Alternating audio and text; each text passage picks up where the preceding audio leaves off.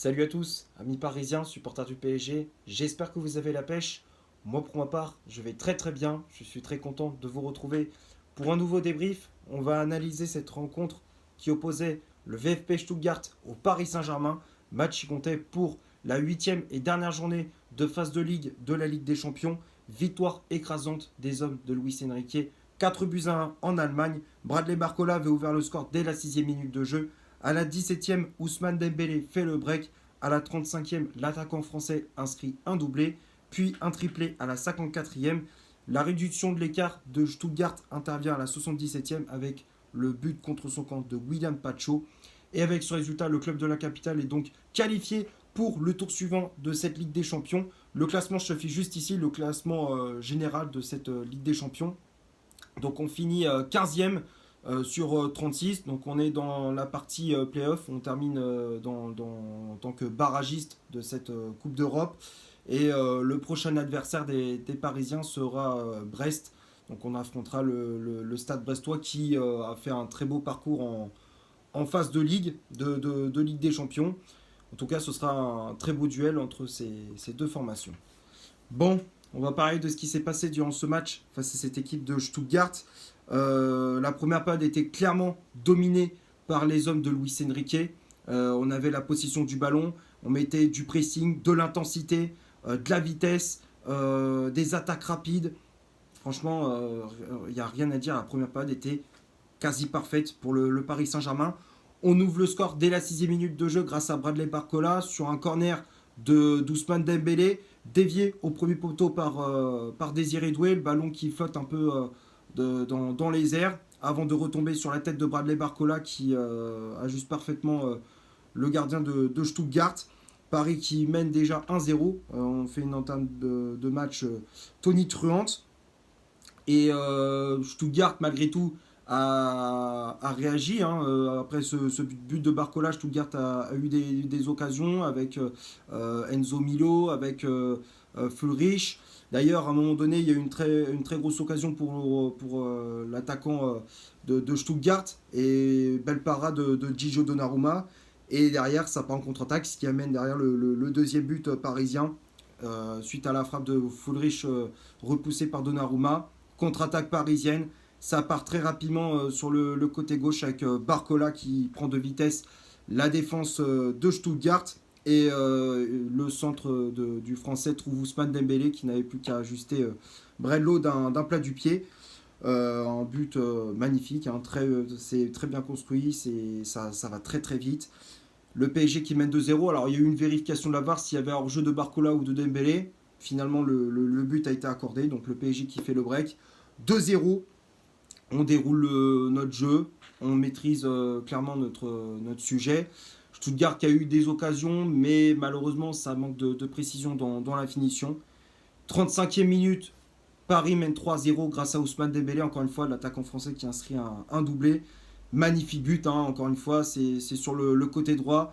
Dembélé qui fixe la défense de Stuttgart avant de rentrer dans la surface et derrière il déclenche une frappe puissante, pleine lucarne. Bredlo est battu. Donc ça fait 3-0. C'est d'ailleurs le score à la mi-temps.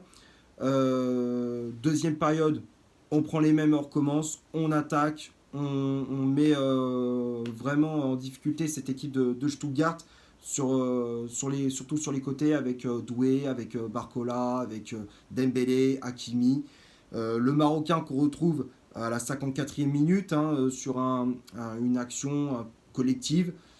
Hakimi qui est situé, qui retrouve, qui se retrouve dans la surface de réparation et il sert en retrait Dembélé qui enroule ce ballon. C'est un bijou. Ce but, c'est magnifique. Il est magnifique ce but de Dembélé. Il enroule parfaitement sa frappe. Bredlo est battu une nouvelle fois. Triplé d'Ousmane. Franchement, Dembélé, il a été exceptionnel dans cette rencontre. C'est quasiment lui tout seul. Il a permis au PSG de se qualifier pour les barrages dans ce match. 4-0. Magnifique. Après, il y a eu le but de William Pacho à la 77e minute. Un centre venant de la gauche. C'est l'attaquant, je crois que c'est Fulrich qui avait mis la pression sur Pacho. Un centre de Middlestadt côté gauche.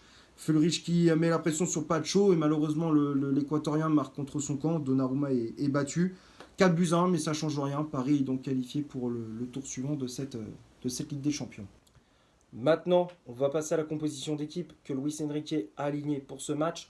L'11 de départ s'affiche juste ici. Donc l'entraîneur espagnol a aligné comme d'habitude son fameux 4-3-3 avec Gigio Donnarumma dans les cages. La charnière centrale, c'était Marquinhos associé à Willian Pacho. Marquinhos qui avait le brassard de capitaine.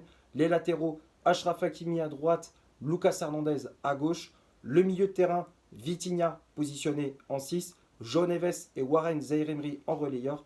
Et le trio d'attaque avec Désiré Doué, ailier droit, Bradley Barcola, ailier gauche, et en pointe, enfin en faux numéro 9, c'était Ousmane Dembélé. Même si les trois ont beaucoup permuté, un coup c'était Désiré Doué qui jouait faux numéro 9, un coup c'était Barcola, un coup c'était Dembélé, enfin ça changeait souvent hein, pour les trois attaquants. Les changements effectués par l'entraîneur parisien. Donc on a vu l'entrée de Fabien Ruiz à la place d'Achraf Hakimi, l'entrée de Gonzalo Ramos à la place de Bradley Barcola, Kangin Lee qui est rentré à la place de Désiré Doué, Seny Mayulu qui est rentré à la place de João Neves, et pour finir l'entrée du Brésilien Lucas Beraldo associé à, qui est rentré à la place de Lucas Hernandez. Excusez-moi. Donc qu'est-ce qu'on peut dire sur cette compo? Des choix assez forts de la part de Luis Enrique, hein, de ne pas mettre encore une fois Gonzalo Ramos en titulaire, il préfère le mettre sur le banc, le faire entrer en cours de match.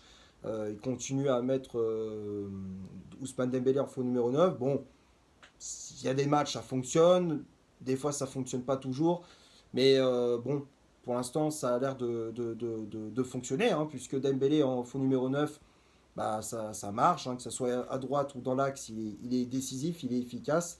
Dans le dernier geste, il est chirurgical, Ousmane Dembélé. En tout cas, c'est un choix payant de la part de Luis Enrique. Au milieu de terrain, il a préféré mettre comment dire, Zaïre Emery à la place de Fabien Ruiz. Enfin, tu vois que les trois au milieu, ça a bien fonctionné dans le match. Vitinha, techniquement, c'était dans les petits espaces, c'est propre. João Neves également, qui encore une fois a fait un très gros match. Zaïre Emery, un petit peu en dessous par rapport aux deux autres Portugais, mais il a fait aussi un très bon match. Donc non, ouais, au milieu, pas grand-chose à rajouter pour les choix de Luis Enrique. Et aussi, on peut aussi souligner la titularisation de Lucas Hernandez dans le couloir gauche de la défense parisienne, à la place de Nuno Mendes. On va passer maintenant du côté des statistiques de cette rencontre. On va commencer par Stuttgart. Les Allemands ont eu 42% de possession balle, 6 tirs réalisés dans le match, dont 2 frappes cadrées, 424 passes réalisées dans le match, dont 347 de passes réussies, 48 duels gagnés, 10 fautes commises, 2 arrêts effectués par le gardien de Stuttgart, 14 centres réalisés, 2 corners obtenus et 28 tacles réussis. Et du côté du Paris Saint-Germain, 58% de possession balle, 9 tirs réalisés dans le match, dont 6 frappes cadrées, 607 passes réalisées dans le match, dont 533 de passes réussies, 43 duels gagnés, 8 fautes commises, 2 arrêts effectués par Gigio Donnarumma, 10 centres réalisés, 8 corners obtenus, 17 tacles réussis. Donc quand on regarde les statistiques, possession balle comme d'habitude qui est pour le Paris Saint-Germain. En termes de passes et de comment dire, on a été beaucoup plus précis comment dire que Stuttgart. Un peu, hein, on voyait que le jeu parisien était très propre, très fluide. Ça jouait à une touche de balle, ça jouait dans des petits périmètres. C'était vraiment très très propre. En termes d'occasion, on était nettement au-dessus par rapport à Stuttgart. Non, il n'y a pas grand-chose à rajouter. On a clairement dominé cette équipe allemande. Donc voilà, pas grand-chose à rajouter pour les stats. On va finir la vidéo sur les tops et les flops de ce match. Comme d'habitude, je les affiche juste ici. Et pour moi, dans ce match, il n'y a aucun flop. Aucun flop. Tout le monde a été bon, même les remplaçants. Après, il y en a certains, bon, ils n'ont pas fait une entrée en jeu non plus exceptionnelle, mais ça va, tu vois, ils n'ont pas été catastrophiques. Mais sinon, les joueurs, tout le monde a été bon. Il y avait de la vitesse, de la percussion, de l'agressivité de la part de tout le monde, beaucoup de caractère. Voilà. Franchement, j'ai rien d'autre à rajouter pour les tops et les flops. Donnarumma a fait un bon match. Hakimi qui a fait encore une fois un très gros match en tant que dans ce poste de latéral droit. Il a été exceptionnel. Marquinhos, Pacho, c'est costaud. Le milieu de terrain, Neves, Vitinha, Zaïre Emery aussi, bah, les trois ils ont été très très bons. Les attaquants, Dembélé encore une fois, il a été très très efficace, il a été vraiment décisif dans le dernier geste, chirurgical comme je disais, très précis dans la finition. C'est cool. Franchement, les gars, vous avez fait un très gros match. Bravo, félicitations pour la qualification pour les barrages de Ligue des Champions. Pourtant, tout le monde critiquait le PSG. Ouais, ils vont être éliminés, ils vont se faire sortir de la phase de Ligue et tout ça. Tout le monde nous voyait éliminés déjà. Après la défaite face à l'Atlético et face au Bayern. Mais finalement, bah, les trois derniers matchs, on a fait le job face à Salzbourg, face à City et là face à Stuttgart. Et là, on est en barrage et là, on est qualifié pour les barrages de Ligue des Champions et on va affronter Brest pour le prochain tour de cette Coupe d'Europe. Voilà, je pense avoir fait le tour pour ce Stuttgart-Paris Saint-Germain. J'espère que le débrief vous aura plu. Si c'est le cas, vous laissez un énorme like, tu t'abonnes, tu n'hésites pas à me dire dans les commentaires ce que tu as pensé du match et de mon débrief. Partage la vidéo sur les réseaux sociaux. N'hésite pas à me suivre sur mon compte Instagram, je te l'affiche juste ici. Et d'ici là, portez-vous bien, on se retrouve pour un prochain débrief.